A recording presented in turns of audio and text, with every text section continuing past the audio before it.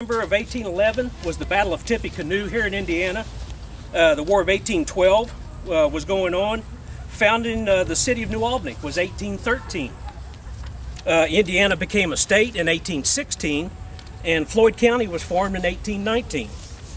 A little bit of the history of Fairview.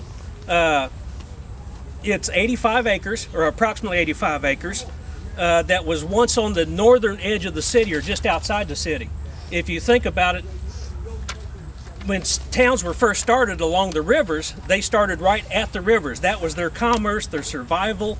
That's how they got their goods in and got their goods out. So everything built from that point. So the city was at the water's edge and the cemetery was outside. So this was probably a half mile or more outside of town at one time. But now, how many miles past the cemetery does the land go now? It started out as just 5.5 acres. Over time, there's been it's hard to believe, but over 30,000 burials in this cemetery. It's that big.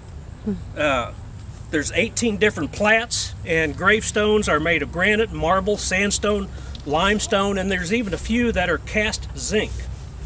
Now the zinc, back when they first came out, you could buy those through Sears and Roebuck.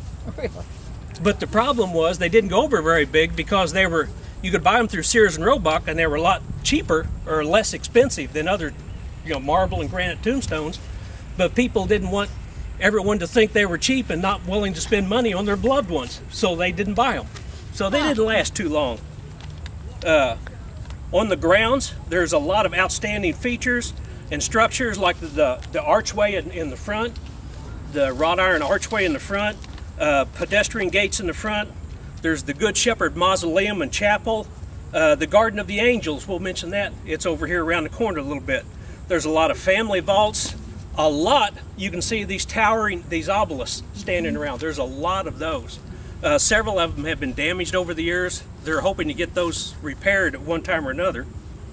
And Fairview is a home to who's who in New Albany. From the time it began, the Scribners, the Culbersons, and on up, all through time. This is not going to be a spooky tour. It's supposed to be a historic tour, a learning and an educational tour, and hopefully entertaining. We're hoping anyway. We tend to think of cemeteries as being neighborhood stories. Every person in here, every family in here has a story to tell. And this is just 6 of those 30,000 stories. So if you could, we'll get started tonight, and we'll probably stop before we get up.